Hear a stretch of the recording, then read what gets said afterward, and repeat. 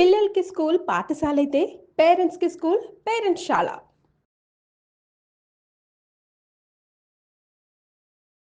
నమస్తే రమగారు. నమస్తే జయ.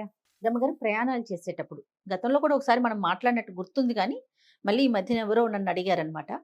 మనం ఏదైనా ప్రయాణం చేసే ముందు ఏదైనా శ్లోకం చదువుకోవటం కానీ, మనతో పాటు ఏమన్నా దేవుడి ప్రతిమలు, ఫోటోలు అలాంటివి, ప్రతిమలు అంటే తీసుకెళ్ళలేం, ఫోటోలు అలాంటివి క్యారీ చేయటం కానీ, ప్రమాదాలు ఏం జరగకుండా, ఇబ్బందులు కలగకుండా, క్షేమంగా వెళ్ళి లాభంగా తిరిగి రండి అని చెప్తూ ఉంటాం కదండి. ఏం చేయాలంటారు? వెళ్ళేటప్పుడు ఇంట్లో వాళ్ళతో పోట్లాడి వెళ్ళకూడదు. ఫస్ట్ అదే. మన మామూలుగా ఏదో వాదనలు అవుతాయి.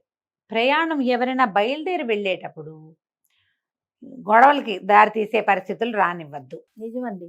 వెళ్ళేటప్పుడు ఏదో ఒక ఇష్యూలు కొన్నిసార్లు ఆ ర్యాష్ డ్రైవింగ్ అవన్నీ ఇబ్బంది పెట్టచ్చు. ఇప్పుడు సెల్ఫ్ డ్రైవింగ్ వెహికల్స్ కదా అన్నీను, ఎవరి దారి వాళ్ళు తోలుకొని వెళ్ళిపోతున్నారు. ఈ విసుగట్లో ఏవైనా ఇబ్బందులు పడతారు. అలాంటివి చేయొద్దు. కొట్లాట్లు గొడవలు అలాంటివి ఉన్నప్పుడు కాసేపు సిమితంగా కూర్చుని మంచినీళ్ళు తాగి అప్పుడు వెళ్ళండి. ప్రయాణాలకు వెళ్ళేటప్పుడు హైరానా టెన్షన్ క్యారీ చేయొద్దు. ఫస్ట్ అది. ఇది బేసిక్ రూల్. ఎవరికైనా సరే మనం పిల్లల్ని పంపిస్తాం, జాగ్రత్త జాగ్రత్త జాగ్రత్త జాగ్రత్త అని చెప్తాం. అక్కడికి వెళ్ళకు, ఇక్కడికి వెళ్ళకు, అందులోకి వెళ్ళకు, ఇందులోకి వెళ్ళకు. మా పిల్లలు సాయంకాలం అది పొద్దున బయటకు వెళ్తున్నాడు, నేను జాగ్రత్తనే చెప్తా.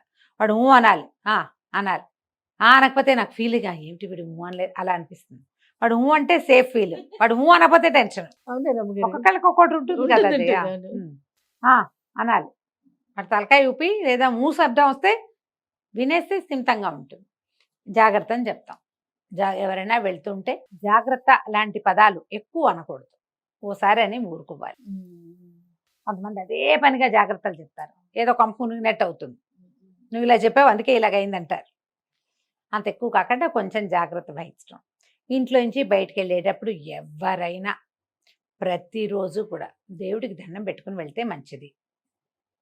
మనకి ఏదో ఒక దేవతార్చనో, ఒక దేవుడి మందిరమో, ఓ చిన్న గూడో ఏదో ఒకటి ఉంటుంది కదా, మనం ప్రార్థనా స్థలం, దీపారాధన చేసుకునేందుకు పెట్టుకునేది. దండం పెట్టుకోండి, దేవుడికి దండం పెట్టుకుని వెళ్ళండి. అది మనం పరీక్షలకు వెళ్ళేటప్పుడు కావచ్చు, ఇంటర్వ్యూకి వెళ్ళేటప్పుడు కావచ్చు, ఏదైనా మంచి మాట్లాడడానికి, లేదా ఊరికే క్యాజువల్ రోడ్డు మీదకి వెళ్తావు నువ్వు ఏదో పని మీద, ఉద్యోగం మీద, క్యాజువల్గా కూరలు తెచ్చుకోవడానికి వెళ్ళేటప్పుడు దండం పెట్టుకోమని చెప్పట్లా నేను. అప్పుడైనా దండం అవసరమే, కానీ ఏదైనా పని మీద ప్రయాణము ఊర్లు వెళ్ళేటప్పుడు తప్పకుండా నేను చేసేది చెప్తా చేయ. మేము ఏదైనా 2 రోజులు ఇల్లు తాళం పెట్టి వెళ్ళేటట్టయితే నేను ఎంత తెల్లవారుసాను 3ంటికి బయలుదేరినా ఒక చెంబు నీళ్ళు దిమ్మరించుకుని దీపం పెట్టకుండా వెళ్ళను. బాబు నా ఇల్లు మీ చేతిలో పెడుతున్నా జాగ్రత్త అని చెప్తా. దేవుడికి జాగ్రత్త అని చెప్పడమే అలవాటు నాకు. 4ంటికి 3ంటికి తిరుపతి ప్రయాణాలు, ఏ ఊరైనా వెళ్తే ఎర్లీ మార్నింగ్ బయలుదేరుతుంది. ఖచ్చితంగా దీపారాధన చేసి వెళ్తాను, స్నానం చేయకుండా వెళ్ళను. మీ అలవాట్లు, మీ పద్ధతులు మీరు ఎలా కావాలంటే అట్లా. కానీ ఒకసారి నమస్కారం చేసుకుంటే ఏంటంటే, మనం ఒక్కసారి భగవంతుడి ప్రతిమా విశేషమో, ఫోటోలో ఏదైనా చూస్తే మన దేవుడికి గూడు మనకి ప్రశాంతతనిస్తుంది కదా. అవును కదా. స్థిమితం ఉంటుంది లోపల. దానివల్ల ప్రయాణం సజావుగా అవుతుంది. ఏదైనా హ్యాండ్ బ్యాగ్లో అలవాటుగా కొంతమందికి ఒక్కొక్కళ్ళు ఒక్కొక్క రకంగా పెట్టుకుంటారు. పెద్ద పెద్ద ప్రయాణాల్లో రోజువారీ ఓ బ్యాగు నేను బ్యాగు తెచ్చుకుంటాం. బ్యాగులో కాస్త కుంకుమ, ఓ అమ్మవారిదో, అయ్యవారిదో, ఆంజనేయ స్వామిదో, రాముల వారిదో, మీకు ఇంకా మీ ఫేవరెట్లు, భగవంతుడు దేవుడు ఏ విశేషం మీకు నచ్చుబాటుగా ఉంటే వారినో ఉంచుకోవటం బ్యాగులో. కబుక్కుని ఎక్కడైనా ఏదైనా ఇబ్బంది అయినా, భయం వేసినా, పిల్లలు బెదిరినా కుంకుమ తీసి బ్యాగుల నుంచి పెట్టుకుంటాం కదా. ప్రయాణాల్లో ఎక్కడైనా ఉంటుంది లోపల మన దగ్గర ఒక పాజిటివ్ ఫోర్స్, ఒక పాజిటివ్ ఎనర్జీ మనతో పాటు మనం ఎక్కడికి వెళ్తే అక్కడికి క్యారీ చేయటం. ఇది ఒక ప్రాక్టీస్. నువ్వు కూడా పెట్టుకుంటావు బ్యాగ్లో. నువ్వేం పెట్టావు చూపించు, నీ బ్యాగ్లో ఏమున్నాయి? నా బ్యాగ్ చూపించిన మీకు, చూపించు చూద్దాం ఏముంది. నాది గోన్ బస్తా కదా జోలి ఇది. నవద్దు రమ్మగారు, అన్ని చూపించను, కొన్ని చూపిస్తాను. జనరల్ గా నువ్వు పాజిటివ్ గా ఫీల్ అయ్యే విషయం ఏమిటో చూపించు మాకు. ఓకే. ఫస్ట్ నేను నా మనీ వ్యాలెట్ పర్సులో ఒక పర్స్ ఉంటుంది, దాంట్లో మళ్ళీ ఇంకొకటి ఉంటుంది. ఓకే. ఇది మా అయింది, తీసేసుకున్నా నేను. ఇందులో సాయిబాబాని పెట్టుకుంటానండి, కార్డ్స్ తో పాటు మనీతో పాటుగా. ఒక బాబా గారు ఉంటాడు, మా దగ్గర ఒక జేజి ఉంటుంది, జేజి పెట్టుకుంటాను, కనకదుర్గ. ఓకే. తర్వాత కుంకుమ. మీరు చెప్తుంటే నాకు నా బ్యాగ్ చూసి చెప్పినట్టే అనిపించింది రమ్మగారు. నాకు నేను నా బ్యాగ్ గురించి చెప్తున్నాను. వచ్చే ఓ పర్సులో ఇంకో పర్సు అంటే కలిసిపోకుండా చూడ పోకుండా ఇప్పటికి 4 పర్సులు తీసింది. దానికి గోని బస్తాలు కావాల్సింది అన్ని పెట్టాలండి. ఇదిగోండి కుంకుమ మళ్ళీ మొన్న ఈ మధ్య ఏదో గుడికి వెళ్తే అక్కడ అదో ఇచ్చింది. పొట్లం. ఇవి నేను బ్యాగులు మారుస్తా ఉంటా. ఈ మార్చిన పర్సు మాత్రం ప్రతిసారి ఇవన్నీ తీసి మళ్ళీ అందులో పెట్టుకుంటాను అనమాట. ఇది ఒక కార్యక్రమం. ఇంక ఇది అలవాటుగా ఎక్కడికి వెళ్ళినా ఏం చేసినా ఇది అలవాటు. కొన్ని తర్వాత? చిల్లర పైసలు అక్కడి నుంచి ఏదో పుస్తకం ఉందిగా, వెంకటేశ్వర వ్రతకల్పం. ఇందులో విష్ణు సహస్రనామాలు అన్నీ ఉన్నాయి. ఉన్నాయి. అందుకని అది పెట్టుకుంటాం. మొత్తం అన్ని ఉన్నాయి అని ఆయన ఉన్నాడు చెప్పేసి, కదా బాలాజీ పెద్ద గారు. ఆయన ఉన్నారని చెప్పేసి ఈ బుక్. వెనకాల ఇవ్వరు మలయప్ప స్వామి మలయ- ఎక్కుతున్నాడు. మలయప్ప స్వామి. ఎస్, అవునండి. ఇవి మాత్రం ఇంకా రెగ్యులర్ గా ఈవెన్ నేను ఫ్లైట్ లో జర్నీ చేసినా కూడా మొత్తం తీసి మళ్ళీ ఆ బ్యాగ్, చిన్న బ్యాగ్ అయినా సరే ఇవి పట్టేలాగా చూసుకునే పెట్టుకుంటాను అమ్మగారు. నా దగ్గర పుస్తకాలు ఉండవు, ఎందుకంటే నా నోటుకొచ్చు కాబట్టి. ఎస్, అంతేగా. పుస్తకం పెట్టుకోను, కానీ నేను కూడా అంతే, కొంచెం కుంకుమ, కొద్దిగా చిల్లర, ఆ పర్సు అలా మారుతూ ఉంటుంది. మారుతూ ఉంటుంది. క్రెడిట్ కార్డ్స్, డెబిట్ కార్డులతో పాటుగా ఒక జేజీ ఎవరో ఒకళ్ళు, సాధారణంగా కనకదుర్గమ్మే ఉంటుంది. అంటే దుర్గమ్మే మీ ఫేవరెట్ ఇంకోటి కాదు, ఆ ఫోటో కలర్ఫుల్ గా ఉంటే అట్రాక్టివ్ గా ఉంటుంది, అందుకు అదొకటి. ఓకే. అక్కడి నుంచి లేకపోతే ఇప్పుడు టీటీడీ వాళ్ళది చిన్న మలయప్ప స్వామి ఉన్న కార్డ్స్ వేస్తారు, క్యాలెండర్ కార్డులు. అది కొంచెం డేట్లు చూసుకోవడానికి ఉపయోగపడుతుంది. తర్వాత ఏమో ఫోటో బాగుంటుంది, ఆయన ఒక పాజిటివ్ ఫోర్స్ మన దగ్గర ఉంటాడు. ఏదైనా తప్పి తగిలి ఉంటే లోపల నుంచి తీసి తండ్రి నువ్వు ఉన్నావు నాయనా అని ఓ మాట చూసుకుని కంటితో చూసుకుని దండం పెట్టుకోవడానికి బాగుంటుంది. ఇవి ఒక అలవాటుగా ఉంచుకోండి. అలవాటుతో పాటు అమ్మగారు ఇందాక మీరు చెప్పారు చూడండి, మనతో పాటు ఏదో ఒక శక్తి ఉంది, ఒక నమ్మకం, ఒక ధైర్యం. మనం జాగ్రత్తగా వెళ్ళి వస్తాము, ఎలాంటి ఇబ్బందులు ఉండవు. ఏదన్నా వచ్చినా సమస్య వచ్చినా ఆయన ఉన్నాడు ఉన్నారు, కదా. ఆ తల్లి ఉంది అనే ఒక నమ్మకం, అంతే. ఈ అలవాట్లతో పాటుగా ఇంట్లో నుంచి బయటికి వెళ్ళేటప్పుడు ఆంజనేయ స్వామిని తలుచుకోవటం, వినాయకుడిని తలుచుకోవటం, ఈ రెండు చాలా మంచివి. సాధారణంగా ఏం చెప్తారంటే ఆంజనేయ స్వామి ద్వాదశ నామావళిలోనే పయనించున్నప్పుడు శయనించున్నప్పుడు నిన్ను తలచిన అని చెప్తారు. ఏ భయాలు ఉండవు. పడుకునేటప్పుడు ఆంజనేయ స్వామిని తలుచుకోవాలి, ప్రయాణం చేసేటప్పుడు ఆంజనేయ స్వామిని తలుచుకోవాలి. ఎక్కడికైనా వెళ్ళేటప్పుడు వీళ్ళు ఏంటంటే వాళ్ళు మనతో పాటు ప్రయాణం చేస్తారని చెప్పబడుతుంది. నాకు ఇంకొక ప్రాక్టీస్ ఉంది, పిల్లలకి స్కూల్కి వెళ్ళేటప్పుడు కూడా చెప్పేదాన్ని ఆపదామ పడతారని చెప్పుకుంటాను. జయ కారు ఎక్కటం ఆలస్యం, ఆపదామ పడతారం ఒక 11 సార్లు లెక్క పెడతాను. ఏదైనా ఫ్లైట్ ఎక్కుతున్నాం, నాకు ఫ్లైట్లు భయం అయినా ఎక్కుతూనే ఉన్నాం అనుకో, ఫ్లైట్ లోపలికి వెళ్ళంగానే అడుగు పెట్టడం ఆపదామ పడతారని చదువుకుంటాను నేను. మనతో పాటు మన చుట్టూతో అందరికీ ఉంటుంది, మనొక్కళ్ళకనే కాదు కదా. ఎవరికి ఆపదామ పడతారం ఇష్టం ఉంటే వాళ్ళు అది చదువుకుంటారు. ఆంజనేయ స్వామి ఆసక్తి ఉన్న వాళ్ళు ఆంజనేయ స్వామిని తలుచుకుంటారు. బోలెడు శ్లోకాలు ఉన్నాయి ఆంజనేయ స్వామిది కదా. ఈ బోలెడు శ్లోకాల్లో ఏదైనా ఒకటి చదువుకోవటం. నాకు ఒకటి అలవాటు ఏమైందంటే, నేను ఈ మన ఇంతకుముందు ఎప్పుడు నేను మీతో విడిగా చెప్పా కానీ మన ఆన్ స్క్రీన్ నేను ఎప్పుడు చెప్పలే. డిగ్రీ అయ్యి 1 సంవత్సరం గ్యాప్ వచ్చిన తర్వాత ఇప్పుడు నేను ఒక సంగీతం క్లాసులో చేరా. అది చెప్తుండే బందరు వెళ్తుండేదాన్ని అని చెప్పేదాన్ని. ఫైనల్ ఇయర్లోనే, డిగ్రీ పూర్తి కాకముందే ఫైనల్ ఇయర్ అప్పుడే చేరితే నాకేంటంటే ఈ సరిగమల సంగీతం కంటే లలిత సంగీతం ఎక్కువ ఇష్టం. ఈ లలిత సంగీతం నేర్చుకునే క్రమంలో ముందు నేను సీతామహాలక్ష్మి గారిని బందర్లో సంగీతం టీచర్ గారు, నా ఫ్రెండ్ శారదా వాళ్ళు వెళ్ళారు, దాంతో కలిసి అక్కడికి వెళ్ళారు. ఓ, శారద గారు అక్కడ ఫ్రెండ్ మీకు? School friend Sharada. అయితే వెళ్తే ఏమైంది, నాకు లలిత సంగీతం ఇష్టం అంటే ఆవిడ చెప్పారు, అమ్మాయి ఇట్లా కాదు, తులసిరావు గారిని ఒకరు ఉన్నారు, నువ్వు ఆయన అయితే లైట్ మ్యూజిక్ నేర్పిస్తారు, లలిత సంగీతం చెప్తారు, మీరా భజనలు అవి చెప్తారు, అక్కడికి వెళ్ళమని ఆయనది ఒక అడ్రస్ చెప్పారు. నేను ఆయన దగ్గరికి వెళ్ళాను.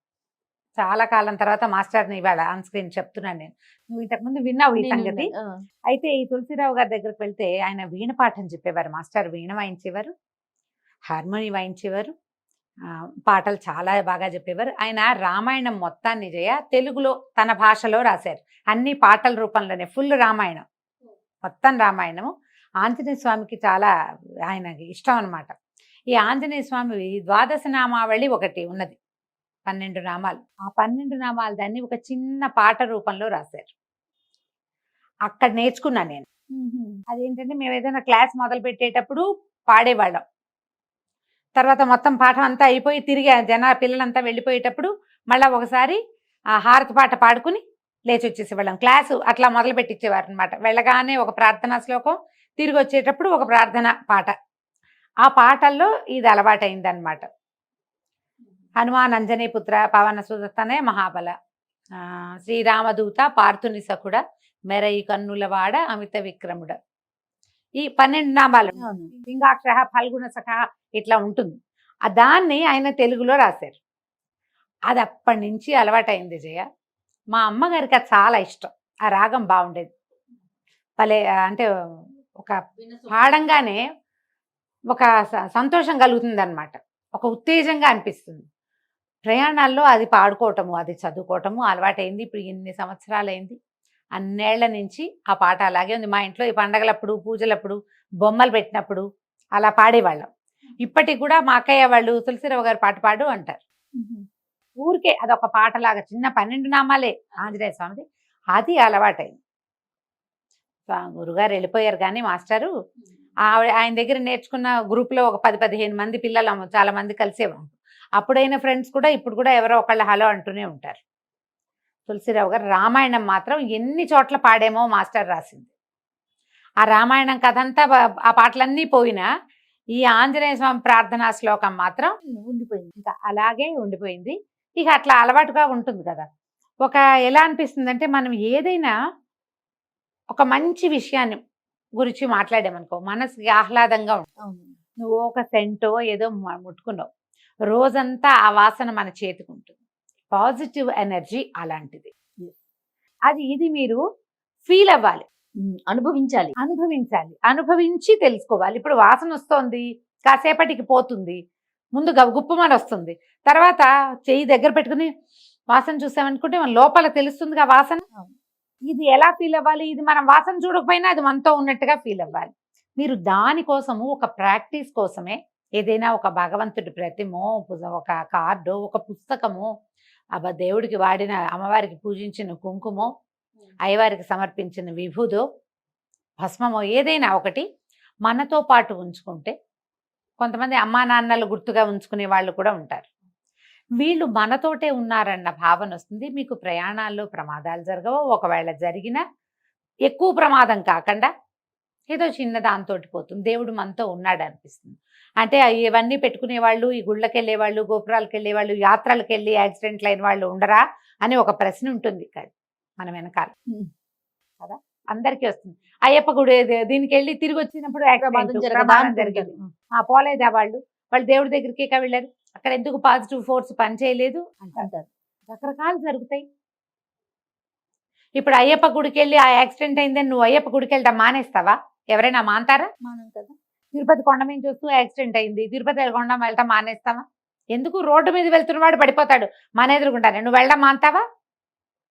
మానవుగా ఎందుకు మానలేదో చెప్పు. దానికి ఒక ఆన్సర్ ఉందా మన దగ్గర? జరుగుతూ ఉంటాయి అట్లా. జరుగుతున్నాయని మనం వెళ్ళడం మానలా. అన్నం తింటూ తింటూ ములక్కాడ ముక్క గొంతులో గుచ్చుకుని పోయారు మొన్న ఈ మధ్య ఎవరో తెలిసిన వాళ్ళు. అది చెప్పారు ఆ మాట, ములక్కాడ గుచ్చుకుంది. ములక్కాళ్ళు మానేస్తాం మనం? ములక్కాడ గుచ్చుకుంటుంది, జాగ్రత్తగా ఉంటాం ఓ పూట, తర్వాత అది మర్చిపోతాం. జీవితం అలాంటిదే కదా. అంతేగా. పాజిటివ్ ఎనర్జీని ప్రశ్నించద్దు. ఫస్ట్ ఇది నేర్చుకోవాలి. అది మనతోటి ఉంచుకోవాలి. ఏదైనా నోటితో మంచి మాట అనుకునే అలవాటు ఉంటే ఒకటి అనుకోండి, అది మీకు ప్లస్సే. కానీ దానివల్ల మీకు ఏ నష్టము జరగదు, ప్లస్ అవుతుంది. కొంతమంది కారులో బయలుదేరంగానే విష్ణు సహస్రనామం పెట్టుకుంటారు ప్రయాణాల్లో. ముందు అది వినేశాక తర్వాత ఇంకోటి ఏదైనా చిన్న చిన్న డ్రైవ్స్ అయితే ఏవో దేవుడి పాటలు పెట్టుకుంటారు. అన్నీ కూడా మీరు సంగీతం పెట్టుకున్నట్టే ఇది కూడా పాజిటివ్ సంగీతం పెట్టుకుంటే ఇంకా మంచిది. ప్రాక్టీస్ చేయండి, ఇది పిల్లలకి నేర్పించండి. మీ పిల్లల్లో దైవభక్తి ఎలా పెంచాలని మనవాడు ఎప్పుడు రెగ్యులర్ క్వశ్చన్ అది. పిల్లల్లో దైవభక్తి అలవాటు చేయాలి. అన్నంతో పెరుగన్నంలో ఆవకాయ నలుచుకోవడం, అరటిపండు నలుచుకోవడం, మామిడి పండు నలుచుకోవడం, అరిసె ముక్కో సపోటా వాళ్ళు నలుచుకోవడం ఎలా నేర్పించాం మనం, అంతేనా? దైవభక్తి అట్లా నేర్పించాలి. నేర్పిస్తే అలవాటు అవుతుంది, తర్వాత దాంట్లో నమ్మకం కుదురుతుంది, తర్వాత దాని ఆలంబనతో జీవించడం వస్తుంది. మనకు కావాల్సింది అది. ఎలాగోలాగా బతికేస్తాం, సంతోషంగా బతకటం కదా ఇంపార్టెంట్, ధైర్యంగా బతకటం ఇంపార్టెంట్. ఆ రెండిటికి పాజిటివ్ ఎనర్జీని మనతో ఉంచుకోవటం ఎలా అనేదాన్ని ప్రాక్టీస్ చేయండి. హ్యాండ్ బ్యాగుల్లో లిప్స్టిక్లు, కాజల్ పెన్సిల్స్ గోల్డ్ అని పెట్టుకుంటాం. వాటితో పాటు దైవ సంబంధమైన ఒక వ్యవహారాన్ని మీతో ఉంచుకోండి, మీ పిల్లల బ్యాగుల్లో ఉంచండి. పిల్లలు ఫారిన్ కంట్రీస్ వెళ్తారు, చదువులకు వెళ్తారు. ఓ కుంకుమ, ఓ చిన్న వినాయకుడు, వినాయకుడు రోజు కనపడేలాగా పెట్టుకో, ఆంజనేయ స్వామిని కనిపించేలాగా పెట్టుకో, ఓ బాలాజీ ఫోటో పెట్టు, దండం పెట్టుకో పొద్దున్న లేవగానే.